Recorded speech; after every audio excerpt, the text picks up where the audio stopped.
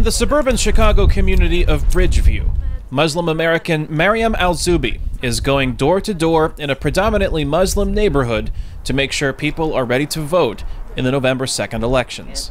So you know where your polling location is? I think it's here. It's at Universal School. She's a fellow with the New American Democracy Project, or NADP. And the idea by calling it New American Democracy Project is that these immigrant voters are new Americans. So some of them are naturalized, or some of them are born here, but maybe they're first generation, so they're new Americans to their family.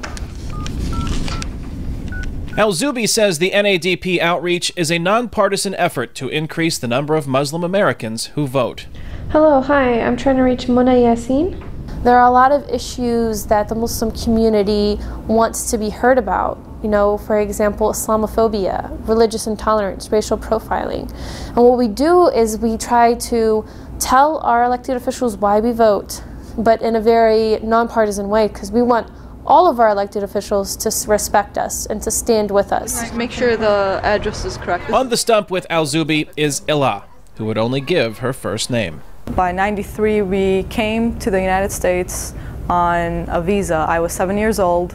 I had no idea what was going on, obviously, at that age. And the visa expired, and we stayed. Ella's undocumented status has fueled her efforts to make sure that those who can vote exercise that right. With citizenship comes responsibility, and I feel that it's very important that we get that out to the Muslim community and that they understand that, so that they can go out and they vote. In the nearby community of Summit, Rima Ahmed goes one step further. We are distributing endorsement cards, laying out candidates who have specifically, asked for the support of the Muslim community, have committed themselves to supporting initiatives on behalf of the Muslim community when they are elected to office. So we're really kind of bridging that gap. Ahmed directs Project Mobilize.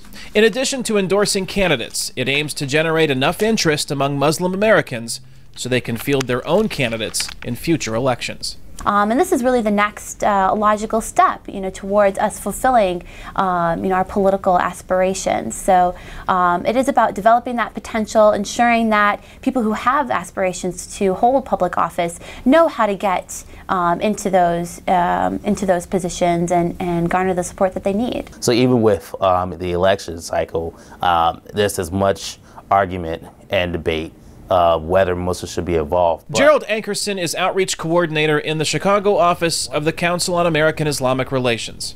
He says, nevertheless, more and more Muslim Americans head to the polls each election cycle. One way or another, we're living here, and our life is being impacted by whether or not we decide to offer our voice and our ballots. Roughly 500,000 Muslim Americans are living in the greater Chicago area. In local elections in 2011, one Muslim American is on the ballot. Ahmed Khan is running for alderman, focusing on issues related to his Chicago neighborhood. Kane, Farabaugh, VOA News, Chicago, Illinois.